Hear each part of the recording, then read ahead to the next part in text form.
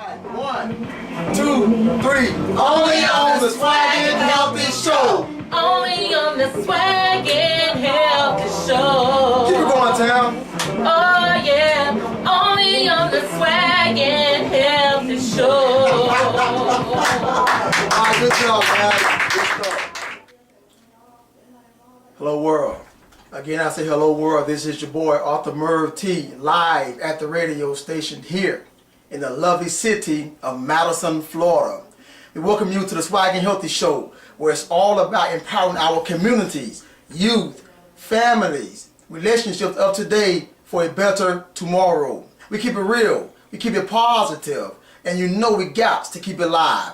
So I'm asking you to call someone, text someone, email someone, Skype someone, and if you're still using those beepers, page someone. Let them know that the Swag and Healthy Show is on the air. Hey, we give a major shout out to our sponsor, the Florida Department of Health, and all of our community supporters. Hey man, what song should I choose today?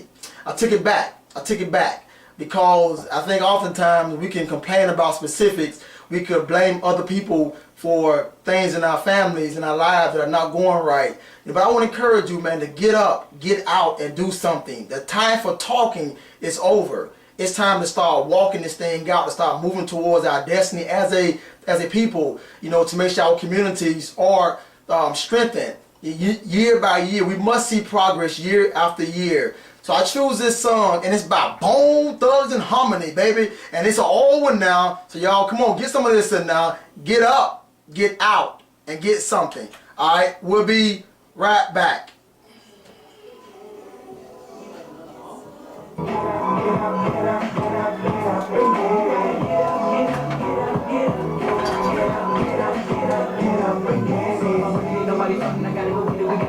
Whether it's working in 9 to 5 or running the hustle, I gotta get my bottom line. Most of my time I'm out here putting in work. For all of my days that are in this earth, I'll make it count for what it's worth. You never know about this life and the type of pain that if you bring, that's why you Swag and Healthy Show with your boy Arthur Merv T. Again, man, I say it's a lovely day in Madison, Florida, and to be honest, that song says a whole lot. I hope someone got something from that. When you're young and you listen to music, you really don't grab the meaning until like 10 years later. You're like, man, I saw that jamming.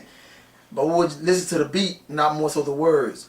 But today it makes so much sense. It's time that we get up, get out, and man, get something. Can't continue to just make excuses or just skate through. We got to roll, man. And together we are stronger. So the Swag and Healthy Show is all about bringing you all the best, of real people that's in the trenches, living this thing, doing this thing the best they can, and we don't want to look at them as being experts, but life is the best teacher, and them going through something, give them credit to be able to come out and share. So everyone that come on the Swag and Healthy Show is coming on for a reason. So I want to do this. I want to do this because I got my crew here today, and I got Miss Pam Robinson, Miss Lisa Hayes, and Miss Tamara Johnson, man. All three of them are coming in today, and we're going to talk. But preferably, we are asking questions towards Miss Pam Robinson, and then we're going to all talk because we all have something to share. All right. So without further ado, I want to introduce my partner, my supervisor. And I'm gonna bring her on down, and I'm gonna clap her. She's come down, Miss Lisa Hayes. Come on down, Miss Lisa. Okay. All right, Miss Lisa. All right. And then we have Miss Pam Robinson. Miss Pam, come on down. All right. And then we have, you all know her, Miss Tamara Johnson. Come on down, Miss Tamara. All right. That's good stuff. Okay, we have the trio here today, and we are here to have a deep conversation about life and about what we do inside these classrooms. And we thank you all for taking out your time to listen to what we have to say to you all. But before we do any of that, we want to always give parent power spotlight to all the parents out there, whether you're a parent, any type of guardian, uncle, aunt, big cousin, whoever, that's taking care of children and giving them all you got. We want to say thank you. Thank you for not making excuses, for doing the best you can to deliver. Because like we always say on this show, there's 157,000 680 hours from age 0 to 18. Now we don't capture those pivotal moments, man, in those years to give those kids the best. We may lose them. Like I said, we may, because there's not all in anything. We may lose them. So thank you, and we want to give you recognition today on the Swag and Healthy show. All right. Now, with that being said, man, I want to bring on my guest. All right, and I'm gonna do this up first to make sure that we are all on the same page. I'm gonna cut my cell phone off. That's always important, you know. And on live radio, people sometimes text you, "Hey, I can't hear you, man." Hey, they throw you off. Then you trying to reach to your right, and then you lost your thought. All right, then kind of find out they had a bad radio connection, old radio anyway, something like that. So let me see here. Let me cut this off. Cut this down. All right. Okay. All right.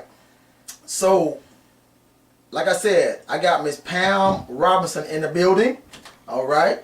And I want to make sure Miss Pam is in. Now listen, just because I say she's here don't mean she's here. I want to hear her voice. All right. Miss Pam, are you with us? I am with you. All right. That is the voice of Queen Pamela Robinson. And she is a former sexual risk avoidance specialist with our department in Madison, Jefferson County, and we are bringing her on to pick her brain. All right, to see where she at. All right, and we also have Miss Lisa Hayes. Miss Lisa is actually running the program. She's the face of the program, and you know, I think we can all say some good things about Lisa. All right, and we also have Miss Tamara Johnson, and you all know Miss Johnson. She wanted to interview me a few weeks ago. All right, she's an active SRA specialist inside of the program at the health department. Alright, so without further ado, I want to dive into these questions because I want you all to find out a little bit more about this lady, Pamela Robinson. Alright, now let me slide in here real quick because see this is why on live radio should have had all your questions already ready, but I didn't, and I'll be honest. But it's all good. It's all good. Alright, okay, Ms. Rob. First thing I want you to do, Tam, if you don't mind, could you cut that AC up a little bit? If you don't mind. Sure. Yeah. Alright. Miss Tam gonna adjust the AC. Alright. And while she's doing that, I'm gonna ask Miss Pam to tell the listeners a little about herself. Talk to her, Rob. Okay. Now don't tell them too much now. I won't. Hello, everyone, and I want to correct you first of all, Merv, by saying I am a formal SRA. I am still SRA, just not certified. Okay, the air part off. But I still teach that, so I love that. So basically, I'm still doing the same thing. I'm just doing it out of Miami. That's my employment. And as far as personal, I think I'm trying to take my speaking career to another level. So I'm starting to work on that. I'm beginning to see that vision a little bit. Okay, so you're speaking now, huh? I am. Okay, alright. Well, that's a little farther in the interview. I want to find out how you got to that point because a lot of folks wouldn't even think you would even be saying that word, more or less doing it. Absolutely. You know, so, but we'll go on and we'll definitely get to that.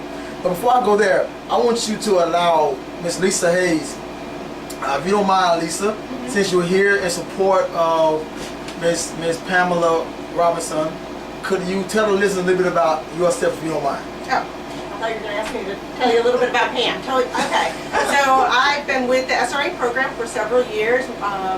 Merv and Pam and I all started together at the same time several years ago. And we've all kind of changed course as far as where we are in the program right now, but we're all still teaching and enjoying the program, and we all recognize how important it is to the youth. And I love what I do. I love coming to work every day. I'm glad that Tamara joined our team, and we have a great time working. We love working with the kids both in Madison and Jefferson. All right, thank you, Miss Lisa. And since you were here, Tamara Johnson, please share a little bit about yourself. Hi, my name is Tamara Johnson. For those of you who do not know me, I am also an SRA specialist. I work in Jefferson and Madison. You know, I work with the kids. You know, I also work with the parents. So, you know, I just enjoy working with the kids. You know, I have a 16-year-old son.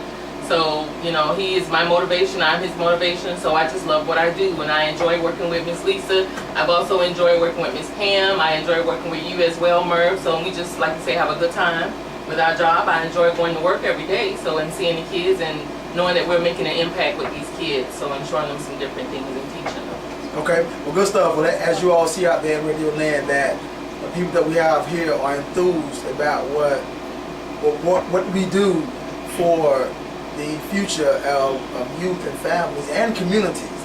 All right, and for someone to say they love coming to work, that's big time. Right. A lot of folks can't say that. They can't say that, you know. And to be honest, if folks get a chance to be live on the air with the supervisor, they'll tell them the truth. Hey man, you know what? I'm glad I got them on here because I you know what? This and that. So, but no man, we love what we do. Work as a team, man, but it take an effort. It take a unified effort. Okay, Ms. Pam, all right, I have a question for you here. Okay. You used to work within our SRA program here in Madison and Jefferson. What do you miss the most about it? Let's talk. To be honest, I miss you guys the most. Oh. I miss coming Should to we all work say, with my "Aw"? team. Yeah, I do. What can I say? You guys are such a blessing. You guys do so much hard work. I'm just happy to have been a part of that team. I miss my team. That's what I miss the most, Merv. All right, let me correct you. All right, Okay. we don't do hard work. Okay. We do smart. Uh-oh. That's all right. All right, see, this is the thing. There you go, Merv. Okay. This is what that we do as a team.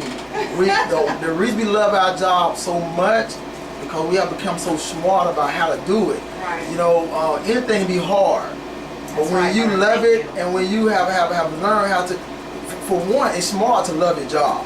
That's Yes. smart because if you don't love it, you're going to find yourself working extremely hard and it's going to wear you down. So, Pam, no, you're right. You know, we're going to shoot some jokes because that's what we do.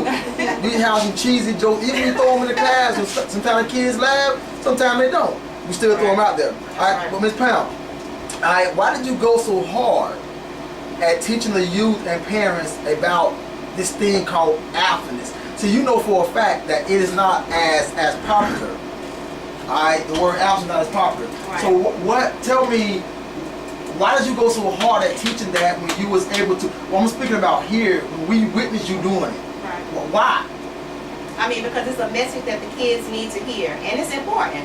I wish someone would have told me some of the things that I'm telling them. I mean, I love to empower people. What's that? You know, I messed something up in a minute with I my know you will, quotes, what? but I got I you. love my little quotes like, you teach a man to fish. Yeah. I don't really know how it goes, but everybody kind of know what I'm talking about. I don't want to mess it up. If you give a man a fish, he will eat for a day.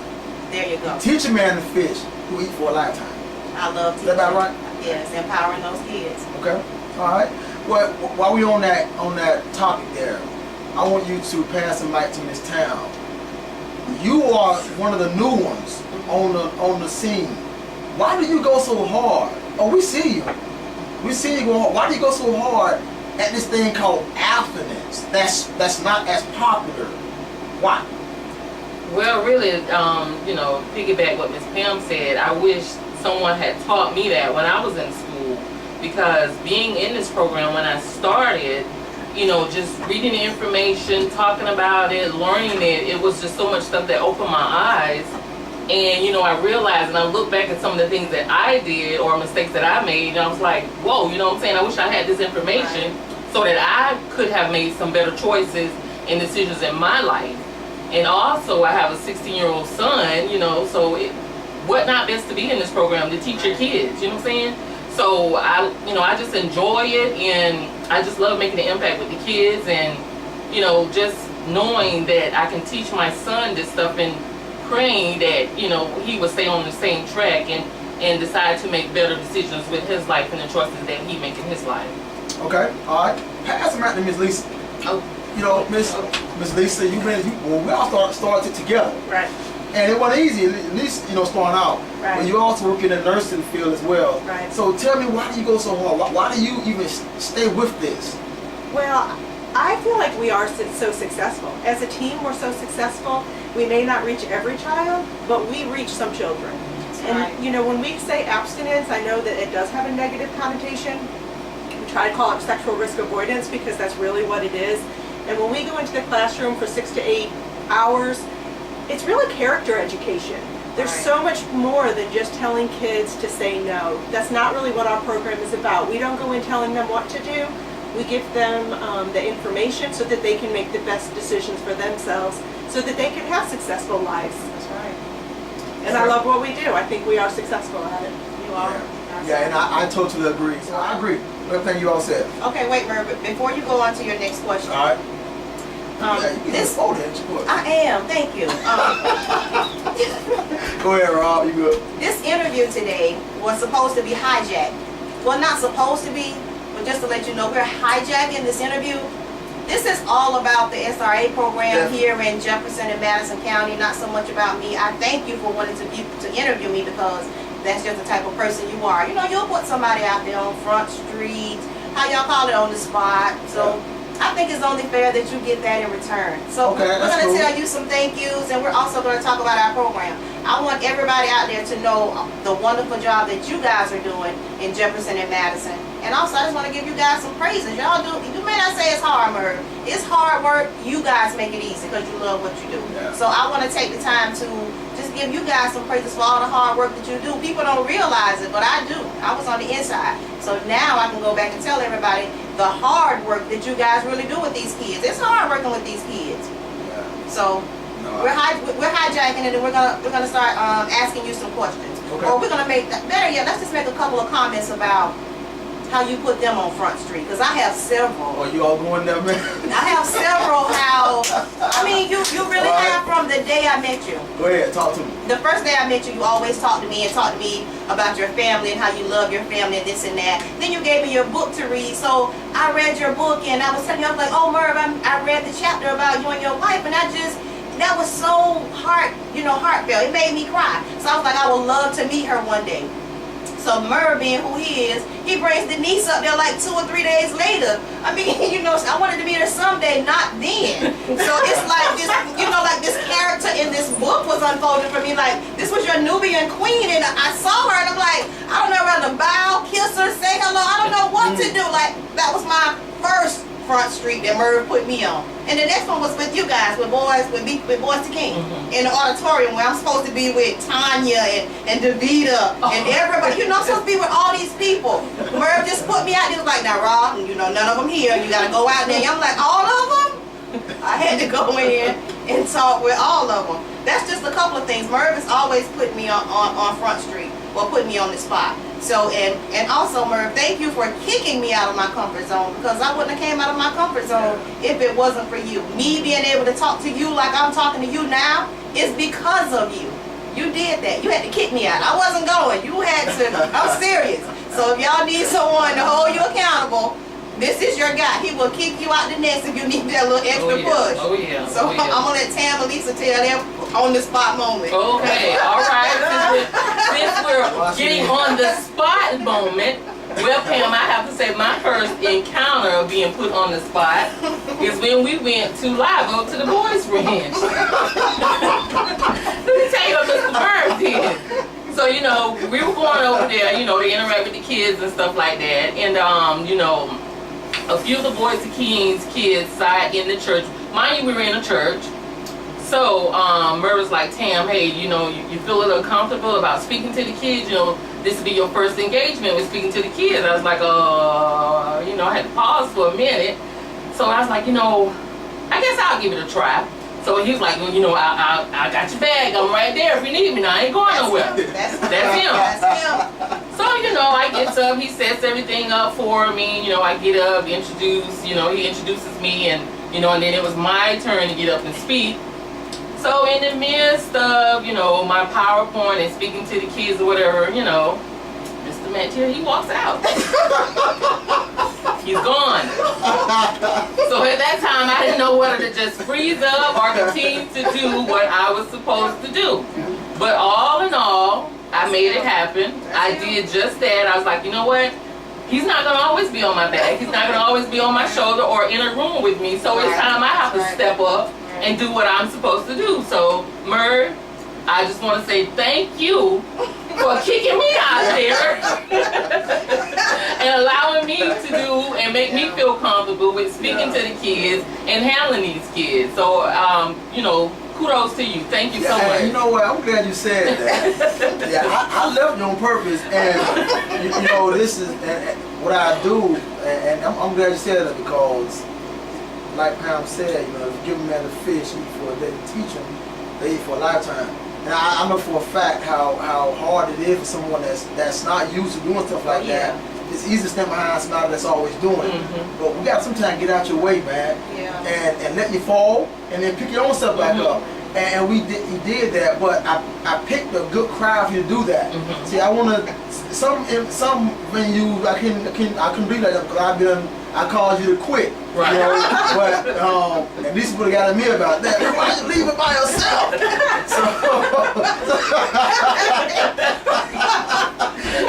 We know that role. Yeah, I left out. I come in, I open the door, I peek at you a little bit. You know, I stay out, and I come in, walk in front a little bit, and if you remember, you know, when I come in, I elaborate on one thing or two, and I walk back out, do these things. But then you stayed there for several hours with those young men, teaching them this course for the first time, by yourself in a way. And after we got done, I asked the students how they felt you did. You got nothing but praise, and all the boys stood up, man, and gave you a standing ovation. You know, now, if I had stood right there, man, and held your hand, and man, you know what, you'd probably take you a little while longer to get comfortable, Right. you know, to doing stuff like that. But no, man, I'm glad you brought it up because, yeah, that's good stuff. And also not trying to toot my own horn, but Tam was actually my selection. Merv recommendation helped a whole lot, but what I'm saying is he wanted to, you know, of course Lisa had no idea, me knowing you and Merv knowing you the best, he wanted nothing to do with it. So when you got hired on your own. That's true. You know, he knew you could hold the job down, so he recommended you, but Thank you. so That's true. Thank you, Bo. So you show out for him. You're my choice. Okay, Lisa, now you can go ahead At least you and got something too. Well, sure, I have to join in. Okay, so my first time teaching any of the curriculum was with Merv and Pam and Mr. Lean. I think we were all bored together. Yeah, we were all together at the Excel school. And so I don't know if Merv realizes this. He kind of jokes. The curriculum, each module is about 45 minutes to an hour. Maybe 55 minutes to an hour. And I had studied the curriculum. I knew word for word from that book. Because I didn't want to read. You know, you don't want to read. But so I knew it from the first letter to the last letter. And I did it in probably 25 minutes. Not because I wanted to get out of there.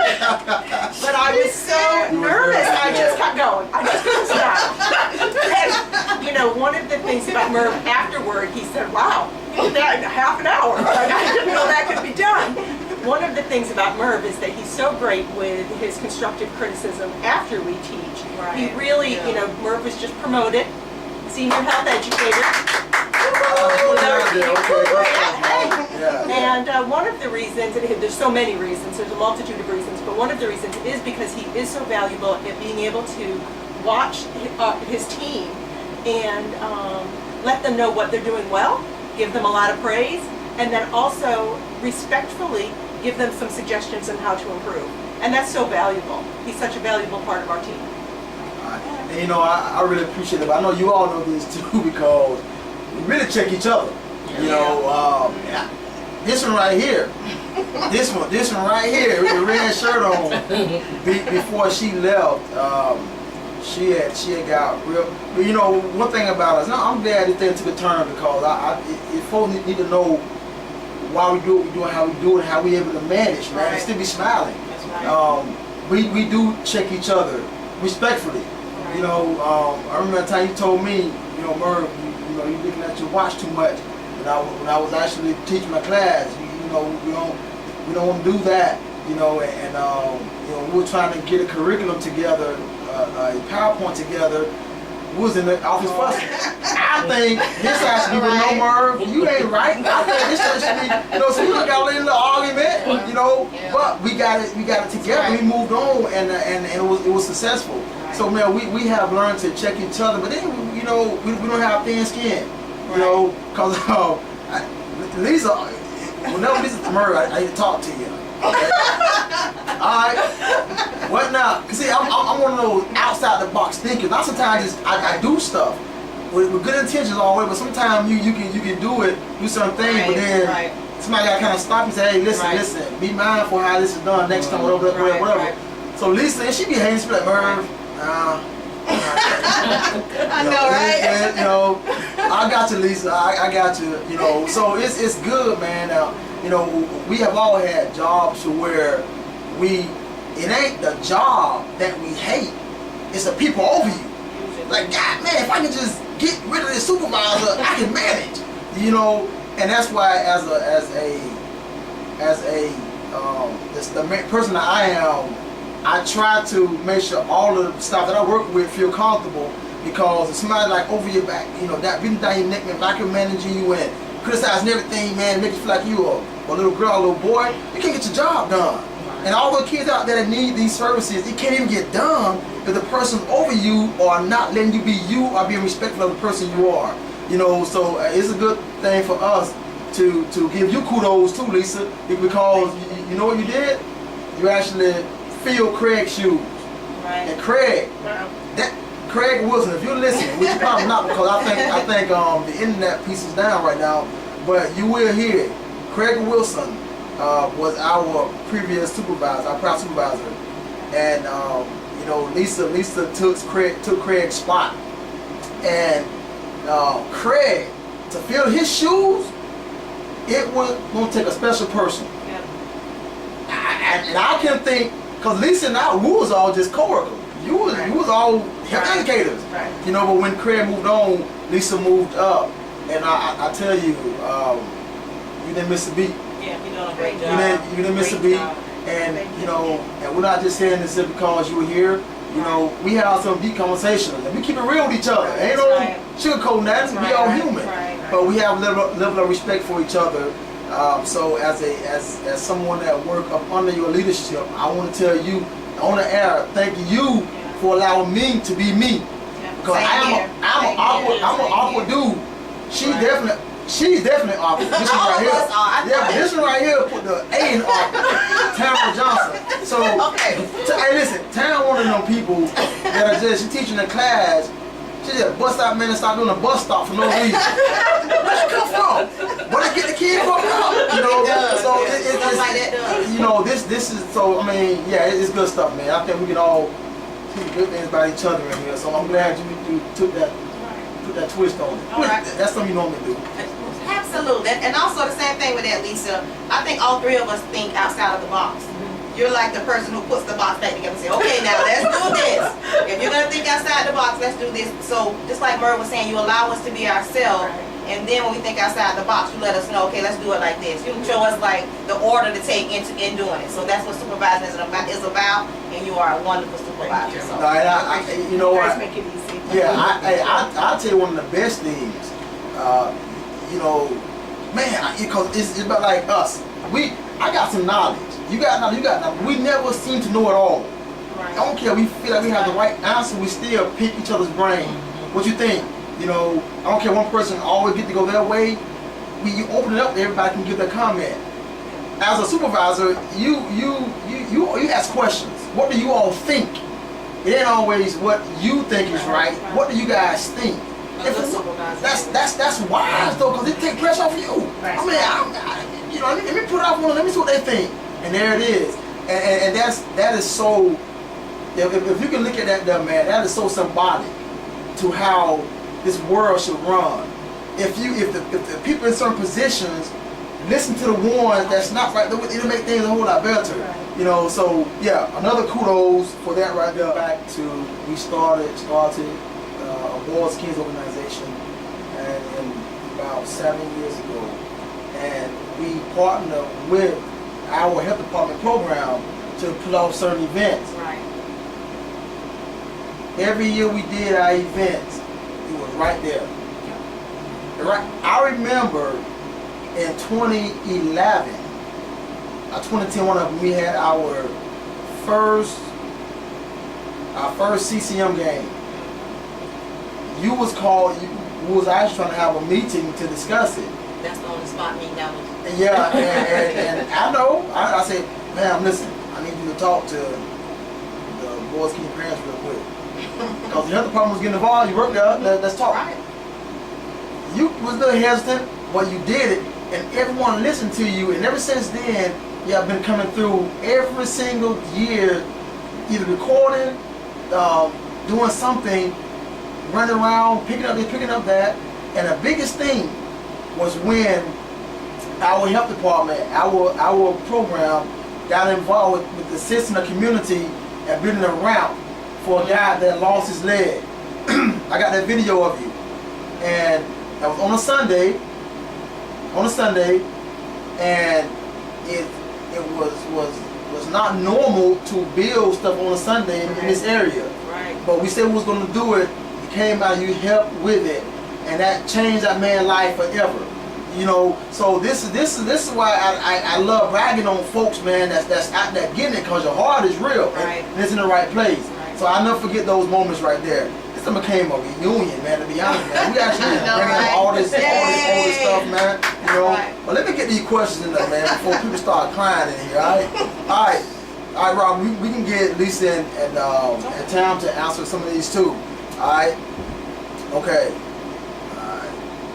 Well, Lisa, you tell me, you know what, that same question, what motivates you to go to daily to continue going hard even though society makes it seem that you are losing at times? 'Cause I know that absence is not that popular. Right. What encourages you to still go hard? Well, again, I feel like if we reach one child, that's a success.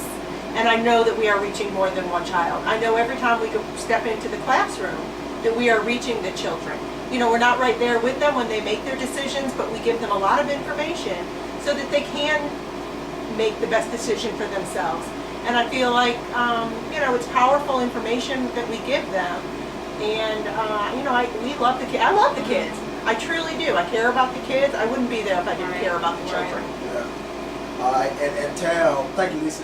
You know, it makes me feel great, you know, knowing that I'm reaching these kids. Like Lisa said, we may not reach all of them, but when we walk into the classroom, we know that we're reaching some of them, because some of them are just so excited to see you come into the classroom. And then you have others that'll be like, oh, you again, y'all here again, you know, there they go. We don't talk about no abstinence, you know, we know all about this stuff. So, but it just makes me feel so good to know that we're reaching some of those kids, you know, and to just know that the ones that are not listening, paying attention, and soaking this stuff in, and then they go back out there and let society eat them up, you know, it tears my heart apart.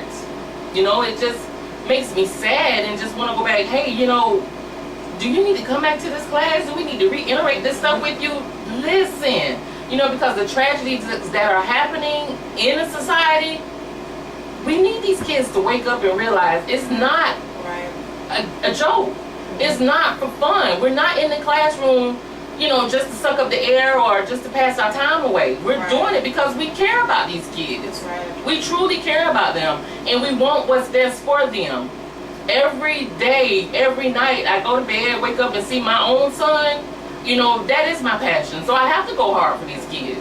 So I don't want to get too emotional. Oh, that's all good. So, man. but you know, let's go on.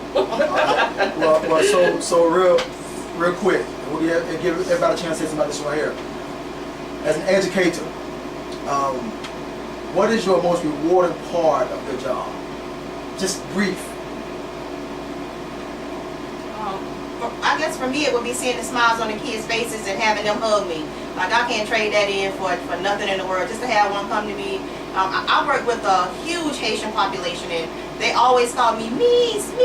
So that is so important to me to hear every day, Miss. Okay. Even though I'm trying to say it in Creole. Okay, Stop got by saying. So no, just for them to come up and hug me and tell me something that I helped them with, I mean, that makes a difference for me. I want to help them. I want them to do the right thing even when, you know, no one's looking. I want them to have that instilled in their mind, not just do it when I'm around or your mom and dad's are around, you know. So just do the right thing regardless. Okay. I think, again, you know, Miss Tam just said that sometimes the kids act like, oh, you again? We already know all of this. And they do. But I think that's kind of the cool thing to say. Yes. They still care about what we have to say, and I think they are soaking it in. I think one of the value that we bring to the children is they know that we're telling them the truth. They know that all the information we give them is for their benefit, and they do come to us because then they trust us. So they'll come to us with a variety of questions about, what should I do in this situation, or what should I do in that situation, or what would you do, or what, or just they'll ask health questions, and we are wise enough that if we don't know the answer, we know how to get the answer. Yeah. So I just love that the kids trust us and that we are empowering them. Okay. Well, you answer that one too, Merv. Oh man, my most rewarding part of teaching these classes is to see that light bulb go off. When we and our crazy selves go above and beyond to make what we're saying relevant to the population, because every school is different, and we we acting like this at this school, because we have to make sure we are kind of chameleons in a sense to adapt to the environment. If we don't, we'll lose it. When that light bulb go, boom! Oh, I can see it. You can see it in their eyes, man. When they're in tune, that light bulb go, boom. And let me know that we have sparked something that's gonna have an everlasting impact on that kid's life. I'm telling you. So that motivates me, man, and that's where I get my energy from. I'm always observing the class. And I spot things out, man, and it just touched me. So I'm looking at eyes, I'm seeing what's going on with them. So yeah, Tam, what's your most rewarding part of your job? Well, my most rewarding thing, with my job is, we just got finished. Well, we're not finished, but we're in the process now of teaching in Tallahassee. Oh yeah, Tallahassee School of Mountain Science. Oh my God. Woo-hoo. Awesome school. Kudos to them. That is an awesome school. The kids, when they come in, they are so excited to see us come in. They don't know you, but when they come in, oh my God, they just want to give you the biggest hug. Hey, how you doing? They want to know how your day is doing. How your day is going. So, but they just embrace you with so much love, and when the next class come in, they're all in the hallway up in the window, beating on the window, and they're doing the dab, and they just they're just so excited to see us, and that makes you feel good. You know what I'm saying? So I just enjoy teaching, and those kids, they're just so excited. It just warms your heart. So and man, and we have to keep each other pumped up too, because the excitement start before the class even start. We driving into Tallahassee, and we talking about this and that, and we got to we the guy at what's the guy name at Tri-County, Mr. Hackle, Mr. Julius Hackle. He said a while back that when he hire employees, he's looking for people that are dedicated, hardworking, and that are intentionally nice to people. I tell you, that is one thing that our program have. We are intentionally being nice, treat people right, because it actually comes back. Now, it may not always work in your favor, because some folks just don't want you to be nice, period. But it always comes back to work in your favor. So in our program, we have always been nice to other people, and they treat us right. So we go inside those schools, and they want listen.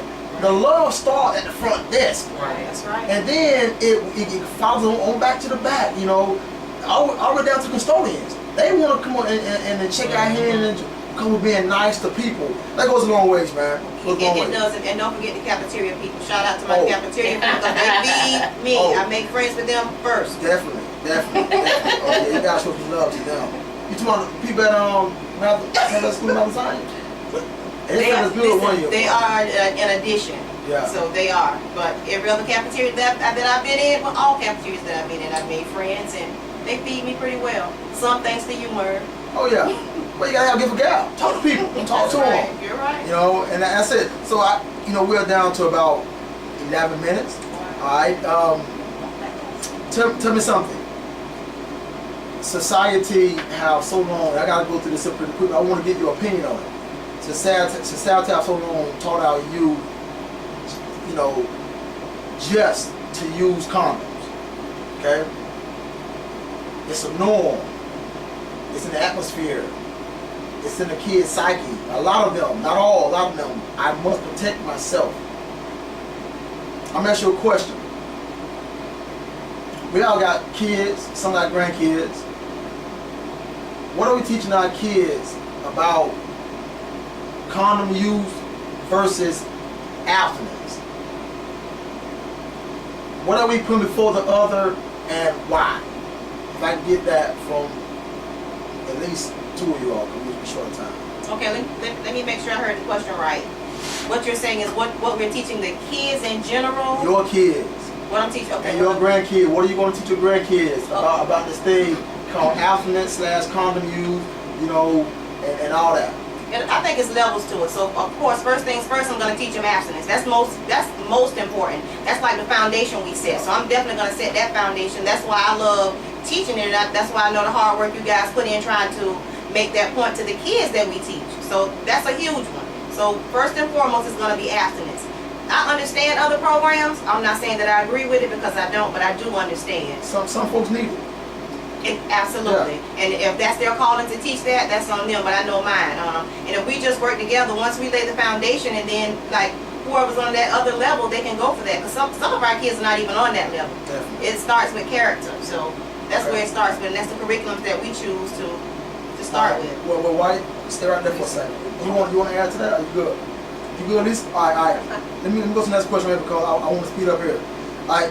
If a youth could learn self-control from sex, I want you all to give me one other area of his life or his or her life that can be impacted, that they can learn self-control through practicing abstinence of sex. What other area of their lives can be impacted? I know it's fast thinking, but just give it to me. Oh, I can answer that quick. Give me one. Everything. I mean, everything. What can you not learn from self-control? Learn how to control yourself in eating. I mean, Wow, yeah, basically that's anything. Discipline, self-control. It's a hard one, but you gotta have that. Okay, so why, if you said to keep her everything, so you Right. answered all the questions. So tell me this right here, right? No. If that is the case, why don't society if you using self-control and sex can impact your life in the way you eat, your education, all of this, all of that, why don't society A lot of push? people don't get it till late. That's why we're out there pushing it now so our kids can get it early. A lot of people don't get this message in their youth. Some of them do and they overlook it. They may could receive it from somebody else, someone like us. So maybe they just didn't receive that message, but that's pretty cut and dry. Lisa, why do you think okay, good answer. Why do you think society do not push self-control enough? I think a lot of times adults don't think that children have self-control, and so they Okay. just, a lot of times people will teach their own children Yeah. to use self-control and to choose abstinence and wait, and they want them to graduate from high school before they're sexually active, or they want them to get to college before they're sexually active. But they don't, because they don't know the other children, they don't have the same they don't have the same trust that the other people, young people, will be able to make those same decisions. But I think every child can make those decisions.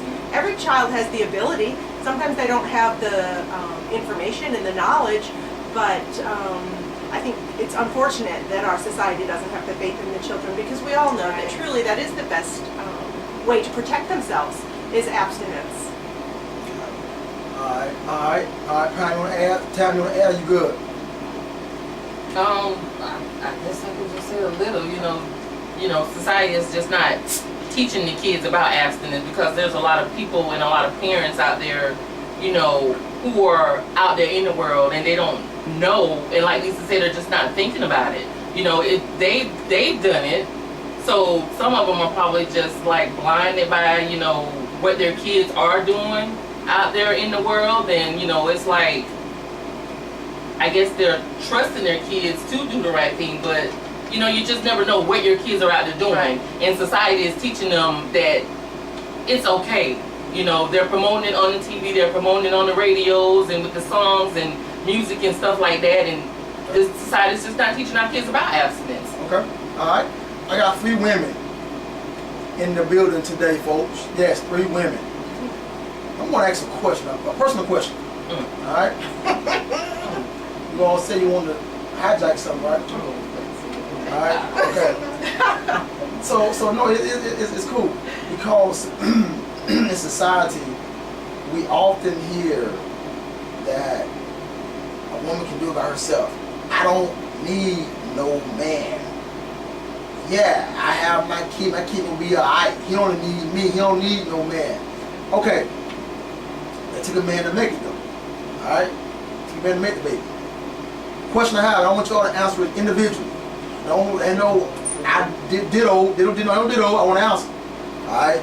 How important do you think is effective fatherhood in the lives of boys and girls? Simple question. The high percentage of single parent homes right now is generating other issues, cause and effect. See, some folks will not look at that as a underlying issue, but we have to stop being blinded to this thing, man. You know, tell me how important is an effective father in the lives of boys and girls? It's very important, you know, and I know my father, not my father, but my son's father is not just in his life, but, you know, he go and talk to him, they'll communicate, but it's not as often as it needs to be. And I know he's missing his father, you know, so it's just so important. And I wish they had a better, you know, relationship, but, you know, it's not my fault. It wasn't my doing. It was a decision that he made. So, you know, I moved on, you know. I'm good, Merv. I'm good. Pass the mic, man. You can start crying. No, because, you know, I don't want to bash nobody, you know, so, but it is what it is, you know what I'm saying? So, but my son, you know, he has male figures in his life. He has you as a mentor, you know what I'm saying? He has his grandfathers, you know what I'm saying? Both of them are in his life. So he has, you know, a male figure in his life to, you know, kind of direct him in the right path on where to go. So, and then with me, you know, I stay on him constantly. So, you know, I'm giving him knowledge and talking to him. So, you know, he's good. But, you know, as far as a father being in these young men's life, they so need it so much. They need it. They need it. That's all I can say. They need it. Thank you, Ms. Tara. You're welcome. All right. Lisa, how important is an effective father in the lives of boys and girls? I would say equally important as their mother. I mean, they both add such value. I have 3 sons, and you know, there are some times where my sons want to speak to me, and there are some times when they want to speak to their dad. And you know, my husband and I have a good relationship, so we'll share with each other. But you know, I have to respect that. Because sometimes there are things that they would rather speak to their dad about. You know, and of course, I have utmost respect for single parents because I know it's not easy. There was a period of time that my husband traveled for work and was gone for months at a time, and my kids were real young. And it was hard. I mean, I have great respect, just like I now have great respect for teachers after teaching in the classroom. It is hard work. So, but absolutely, dads are just as important as the moms in the lives of the children. All right, Rob. Oh, you looking for me to answer that one too? Okay, that's not good enough. We got enough time. Answer that question, Rob. Repeat that question, please. All right, Evelyn. All right. How important, Rob, is effective father in the lives of little boys and little girls? Just saying, because society discredit that as if it's not needed. Yeah, but just like they said, of course it's important. I've seen shows where I've seen grown men cry out for their daddy because their dads were missing from their lives. I mean, I know it was so important. That's why I joined your organization. I thought it was so important to see young men and older men teaching these boys, young boys and teens, how to be men the right way, not versus the ones sitting under the trees passing things to them, but men that are passing knowledge to them, that are telling them the right things to do, how to be a father, how to be a good brother, uncle, you know, friend, all that other stuff. So it's very important. All right. Well, and you all heard that from women, from ladies that I have respect for. You know, we know it's very important for men. And see, the only way, one of the only ways to stop this single parent cycle is to start early teaching the youth about self-control. because what happens normally is a young person that's already going through situations, gets someone pregnant, have a baby, and that baby's put in that same situation. It's just a cycle, you know. So we are trying to push this self-control message. And I want to thank my team for coming on, just talking, man, free talking like this, because it's very important that we talk openly and we're all being bold, because someone can easily come against what we're saying and say, but we're still going to talk. Right. We're still going to talk. We're still going to push the message, not just with our word, but with our actions as well. All right. I want to go ahead and give Miss Lisa and Miss Tam a chance to say something to Miss Pam, because although Miss Pam is visiting today, she's not in Madison, Jefferson anymore. She's in Miami doing some great things there, and she's a speaker.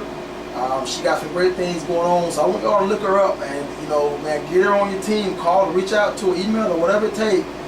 Reach out to her, because she's an awesome person. But definitely speaking wise, she got some stuff to talk about. Alright, and I'll put my name on the line for her. I believe in her.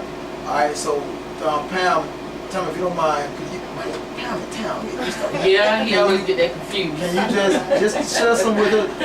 We are like a minute over, so we got to tighten up here. But I think it's very important on the show that we give some love to our partner. Word says a whole lot. Pam, I love you, girl. We appreciate you. I appreciate you. I love you. Hey, and happy birthday. Happy birthday. I'm glad we're out of time. Town, sing it. Happy birthday to you. Happy birthday. Speed it up, Merv. To you. Happy birthday, dear Pam. Happy birthday to you. Yeah. That's only on the Swag and Health Show. Thank you, guys. All right, Lisa. So Pam, I miss you every day. Honestly, I mean, I miss laughing with you every day. We used to share a lot of laughs all day long. I'd have to bring work home. Can't get your work done. But I miss you, and I'm so glad that you're still doing what you do. Oh, that was sweet. All right, man. Listen, this is and Rob, since we all gave those kudos to you, you know, we're going to give you the final words. You know, whatever's on your mind to share, because you got people here that value you, and all of them came out today. Lisa came from Tallahassee. I know, right? Listen. Okay. Tam came from I came from other blocks. You know, I know, right? Thanks. so man, we all came to show some love to you, and you know, what you know, we love you, we respect you. Everything you said is validated. You know, we can't sit here and say you're fluffing things up, because we witness all about the stuff you're saying. So get a final word to you, my sister. Well, for the reason that I came here in the first place was to tell you guys thank you. I was in such good company with my family, and I miss you guys. And I just wanted to say thank you so much. And the work you do it's amazing. I still do it for free. So I love the work you do. So helping people, thank you guys for all you do. And please support these guys. Please support them. They need your help. Parents. Yes. All right. Well, listen, our time is up, and you know, I hope you all got something from that. Again, on the Swag and Healthy Show, our job is to only continue to give you all 1 hour of pure power, you know, the truth from people that's in the trenches, that's living this thing out. And I hope you all got something from the message today. It took a turn on me, but I love that. This is live radio. You have to always be ready, especially when you bring Pam on your show. Listen, hint, if anybody bring Pam Robinson on their show, get ready for it to be twisted up, because she's gonna bring a monkey wrench with her. I learned from the best. There you go. But it's all good, man. She excited things. I think we needed to hear that. It's good for people to hear over the air. It's okay to love each other, to respect each other, to work hard, to disagree, man. You know, and then to have your supervisor, you know, on the same page, understanding, man, and you know, not a bulldog. You know, I hate that. I hate seeing anybody go through that when they're trying to just do what's right for other people. So I hope y'all got something from this show today. You know, and of course we'll be here next Sunday at the same time, delivering you another message. And I hope that you tell a friend to tune in. But as always, thank you for tuning in to the Spiking Healthy Show on WMAL 1230 AM. But hey, listen, man, don't let that AM fool you, okay? Tune in next Sunday at the same time. And don't forget to tell a friend. We conduct parent workshops and youth sexual risk avoidance classes. So if you'd like to know more about our services, please call the Health Department at 850-973-5000. Every decision helps to shape our future. So uniquely continue to walk in your swag, but make sure that you're swagging healthy. Hey, this is your boy, Arthur Merv T, Queen Lisa Hayes, Queen Pam Robertson, and Queen Tamara Johnson. Hey man, we are signing out. Peace and Ubuntu. The song you're about to hear is from the Ghostbuster. Yeah, don't get it twisted. The Ghostbuster soundtrack. As I stated earlier, the older you get, the more you realize the meaning of certain songs. Bobby Brown said we are on our own. It's time to step up, get out there, man, and make it happen for your communities, for your children, for your school system, and lend a helping hand. We all can get so much more done when we do it together. Again, peace and Ubuntu. Love you guys. Alright, man. That was a good interview, guys. Yeah. So Now look, the camera is on. On 3, we're going to say only on the Swaggin' Healthy Show in town. Wrap it up with a song, guys.